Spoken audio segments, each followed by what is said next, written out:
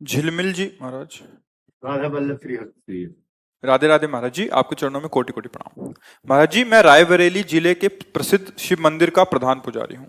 लोगों से सुना है कि शिव मंदिर का पुजारी अगले जन्म में कुत्ते की योनि में जाता है। जब नहीं से मैं उसका, आपको हाँ हाँ, प्रतिदिन सुनता नहीं हूँ। उसका विषय से लोगों से नहीं, वाल्मीकि रामायण में लिखा हुआ है कि एक बार जो है एक ब्राह्मण देवता बड़े तपस्वी, वाल्मीकि रामायण में हमने स्वयं स्वाध्याय में पढ़ा था बहुत वर्ष पहले, तो वो भिक्षा मांगने गए तो उनको भिक्षा में कुछ नहीं मिला, तो गुस्सा में आ रहे थे तो डंडा हाथ में था, एक कुत्ता पड़ा था, उसकी खोपड़ी में 2-4 डंडे जमा दिए।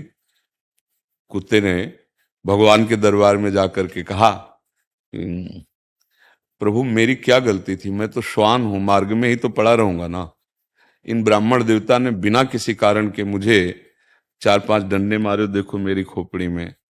भगवान तो सब जीवों की भाषा जानते हैं ना, तो भगवान ने कहा मेरे दरबार में ब्राह्मणों को दंड नहीं दिया जाता, आप ही निश्चय करो कि इनको क्या दंड दें। तो उनका प्रभु यहाँ का जो बहुत श्रेष्ठ कलिंजर पर्वत है उसमें जो आश्रम है उसका इनको महंत बना दीजिए। बोले तुम तो दंड दे रहे हो या वरदान दे रहे हो?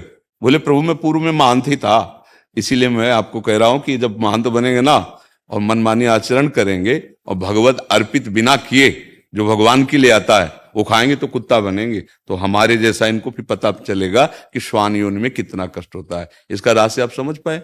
इसका रहस्य ये है कि जो भगवान के अर्पित करने के लिए आता है, वो आप शिव मंदिर की केवल बात नहीं है, किसी भी मंदिर की बात है। ब्रज के भक्तों में चरित्र आता है। एक दिन एक विरक्त संत जो गुफा में भजन करते थे, क्योंकि जैसे गिरिराज जी है, नंदगांव है, बरसाना, यहाँ पर्वत हैं तो यहाँ गुफाएं भी हैं, संत जन एकांतिक भजन, तो वो भिक्षा मांग के आ रहे थे, पीछे से आवाज है, बाबा सुन, अगर मुझे थोड़ा टुकड़ा दे दे तो मेरी प्रेत योनि से मुक्ति हो जाए। तो ऐसे मुड़ के देखा तो कोई नहीं दिखाई दिया, एक कुत्ता दिखाई दिया, तो उन्हें लगा शायद ऐसे कानू। फिर अब बाबा सुनो ना आए, तो फिर मुड़ के देखा कौन हो तुम? तब बोले कि जो मैं कुत्ता रूप दिखाई दे रहा हूं मैं नंदालय का पुजारी हूं। तो उनका प्रभु आप तो भगवत पार्षद हैं, आपकी ऐसी कैसे? तो उनका लाला के लिए अमनिया आता था, बिना भोग लगाए हमने उसको प्रयोग किया, तो उसके दंड में अगर आप अपनी जूठन करके दे देंगे तो अभी मैं मुक्त हो। तो बोले भैया यदि तुम्हें भगवत प्राप्ति हो रही है दोष से मुक्त, तुरंत जूठन करके उन्होंने दे दी। बात यहां समझनी, शिव मंदिर ही नहीं किसी भी मंदिर में आपके पास शिव जी के लिए जो कुछ आया है आप उनको अर्पित कर दिए, इसके बाद जो प्रसाद रूप से आप सेवन करते कभी आपकी दुर्गति नहीं हो सकती।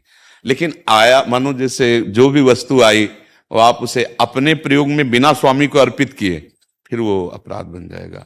ऐसा नहीं है, हम उन्हीं के उपासक रहे हैं, उन्हीं के आए मुक्ति तो, अरे मुक्ति तुम यार, बहुत शिवलिंग है। अरे उनकी बात जाने दो, हम कह रहे तुम अंगूठे में ऐसे भावना करके करो अभिषेक, मुक्ति हो जाएगी। शिव भावना तो करो तुम, बालू की शिवलिंग नहीं बनाया जाता। अरे यार कभी ऐसी बातों में, हाँ बात उसको अंतर की बात समझना।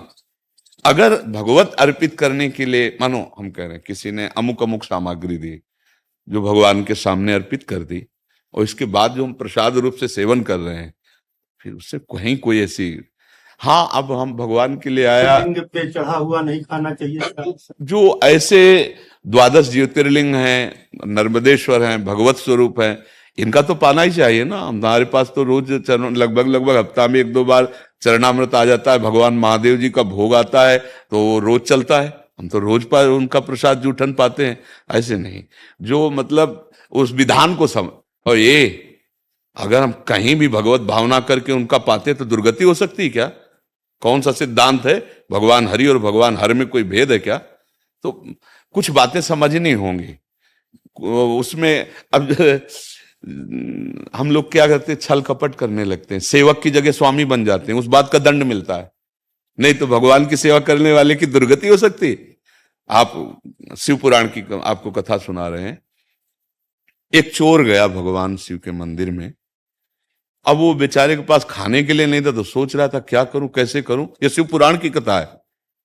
तो उसके पास कोई प्रकाश नहीं था कि वो मंदिर में देख सके कि कहाँ क्या है जिससे मैं खाने योग्य कुछ चुरा सकूं। तो उसने अपने ऊपरी वस्त्र उतारा और जला करके ऐसे प्रकाश किया। वहां उसको भगवान के जो कुछ आरती पूजा के पात्र थे वो उठा ले गया। मरा। जब मरा तो भगवान शिव के मंदिर में एक कुछ मिनट प्रकाश करने के प्रभाव से उसको भगवान शिव के सामने पेश किया गया। यमराज ने भगवान शिव के सामने कि आपके मंदिर केवल इतने पुण्य, वो पुण्य नहीं है, वो तो चोरी के लिए प्रकाश। वो एक कुबेर बना, पढ़ के देख लेना, शिव पुराण में लिखा है। शिव पुराण में जब उसको भगवान शिव ने कहा इसको राजा बनाया जाए, तब उसकी स्मृति जागृत हुई कि एक वस्त्र को जलाने के प्रकाश से मुझे राजा पूरे नगर में शिवालय होना चाहिए और हर शिवालय में अखंड घी का दीपक होना चाहिए। उसके परिणाम स्वरूप कुबेर पदवी में आज भी बैठे हुए भगवान शिव के मित्र बने। यार, भगवान शंकर जैसा उदार दाता और उसकी सेवा करने वाला नरक को प्राप्त हो कुत्ता बने। कहाँ की बातें पढ़ ली, किससे सुन ली। अब जब बातें रहस्य में नहीं आ रही, हम फिर भी कह रहे हैं स्वामी नहीं बनना है। स्वामी के लिए जो वस्तु है एक बार सामने उनको अर्पित करो और इसके बाद प्रसादे सर्व दुखा नाम हानि रस्सी उपजाते। अरे यार, कैसी बात। मतलब यही समझना होने पर फिर तो जितने शिव मंदिर है, जितने शिव पूजा करने वाले, फिर तो हमारी तो शिव पूजा से ही उन्नति हुई है। हम शिव पूजा से ही आज जो कुछ प्राप्त कर पाए हैं, तो हम कैसे बात मान लेते यार। आज भी हम उनका चरणामृत लेते हैं। और शिव जैसा हरि भक्त कौन और हरि जैसा शिव भक्त कौन। शिव जैसा हरि भक्त कौन। हनुमान जी बने राम जी के चरण है। देखो, गंगा धारण किए हुए श्री कृष्ण का चरणामृत तो है ना। और भगवान हरि रामेश्वर की स्थापना कर रहे हैं और वो कह रहे हमारे गुरु है, ये हमारे इष्ट है। इसलिए भाई, व्यर्थ की कल्पनात्मक बातों में नहीं जाना चाहिए। जो शास्त्र में लिखा है उसका कुछ रहस्य होता है, वो बिना भजन के नहीं समझ में आता है। शास्त्र तिजोरी है और जहां तिजोरी होती है वहां भूल भुलैया के कई मार्ग रखे जाते हैं कि वहां तक असली आदमी पहुंच पावे, नकली ना पहुंच पावे।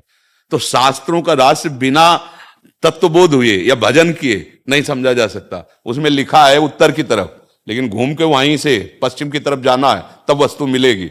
अब वो अनुभवी है नहीं तो उत्तर की बात केवल करता रहेगा, पश्चिम को मुड़ने वाली पता ही नहीं। इसलिए कहा जाता है कि बिना गुरु के ज्ञान नहीं होता, बोध नहीं होता। तुम निश्चिंत रहो और भगवान शिव की आराधना करो और सेवक रहो। सेवक है, हम एक बूंद पानी भी उनको अर्पित किए बिना नहीं पी सकते।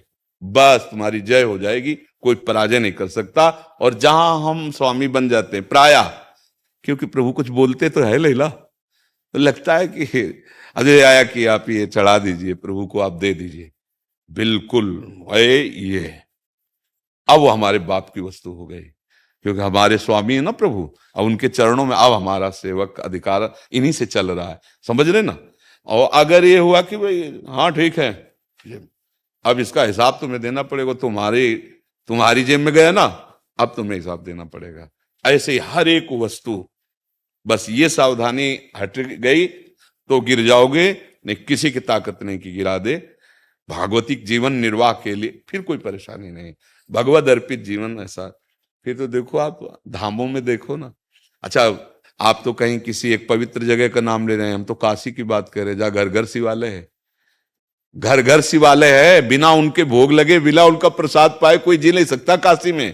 जैसे यहाँ कहीं भी भोग लगाओ जय जय श्री राधे बोलना पड़ेगा, महारानी जी का धाम है, ऐसे काशी भगवान शिव का घर है। कोई घर ऐसा नहीं जहाँ शिवालय ना हो, कोई घर ऐसा नहीं जो उनकी जूठन न खाता हो। फिर सब क्या होगा ये जो आप बोल रहे हो, अगर सब हो तो फिर क्या होगा। और हर को मोक्ष मिलेगा। काशी नाथ का जो सेवक है वो मुक्तिदाता है, ऐसा खिलवाड़ नहीं है।